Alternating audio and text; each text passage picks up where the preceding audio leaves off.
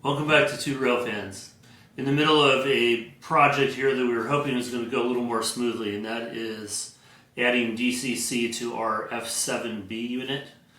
And we ran into a couple snags here.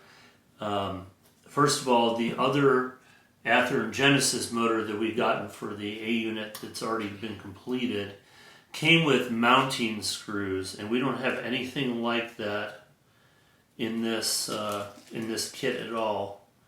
So I'm going to have to find some screws. But the other thing I ran into, I've heard people say before, you need to grind down the frame to get the motor to sit flush in this. And I think it's actually the opposite. And I started to grind down because it wasn't fitting in. So I'm not sure if this motor is slightly different than the other Genesis motor we got. It looks like these posts could be a little shorter than the other ones. I'm not sure if that's the case or not, but actually the motor needs to sit slightly higher. That's what the problem is here. So if you have any of these old blue box Athearn that you're trying to update to DCC, this is something you might have to deal with here. So here's part of one of the old mounting brackets. And I'm just going to hold this up to the motor here. So the motor would sit flush in here. And you can see how much further out that sticks. So the motor was a fair amount higher. So what I'm trying to do is get it to sit up higher, and then obviously I'm going to need to mount this.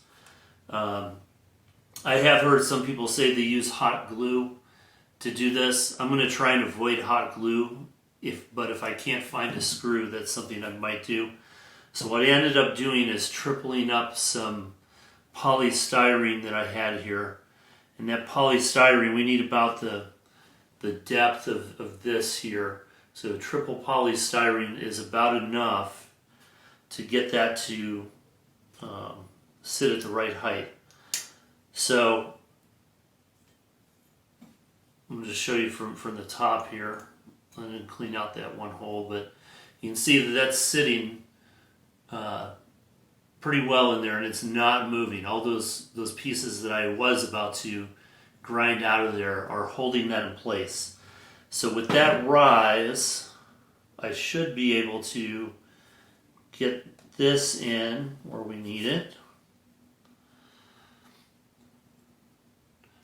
And you can see that's sitting at the exact same height that we need right there. So I think that's going to be the fix for this. I was hoping to have this video all done and have this unit up and running for us, but like I said, it's been kind of a crazy project. So I think the next step, since I have these holes fit here on the polystyrene, I'm going to try and find some screws and see if I can get, there's 4 holes, the new motors have holes in the bottom for screws. Problem is, it needs to be something that is slightly longer than what came with that other Genesis motor, and I don't want it to slip through this hole in the bottom. And again, if I can't find that, I'm just going to go right for the hot glue like some of the other people have done. But that's where we are in this project. There's the old motor. See, it looks a lot different. It's got the electrical pickup on the bottom.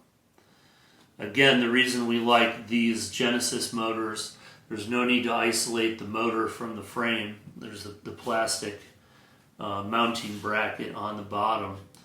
As we were taking this B unit apart to clean, we did notice that, or to add the DCC, we did notice that even though I've lubricated this within the past year after we got it, and it's running fine, it's pretty filthy inside. So since I need to have these removed anyway to do this DCC conversion, we're just going to take the opportunity, open these up, clean them up, make sure everything is super clean before we put it back together. And hopefully we'll have an update on this project at the end of the week. It all has to do with whether or not we can find those screws. But again, thank you guys for watching. If you're new to the channel, hit that subscribe button and leave us a comment. I'll see you guys in the next one.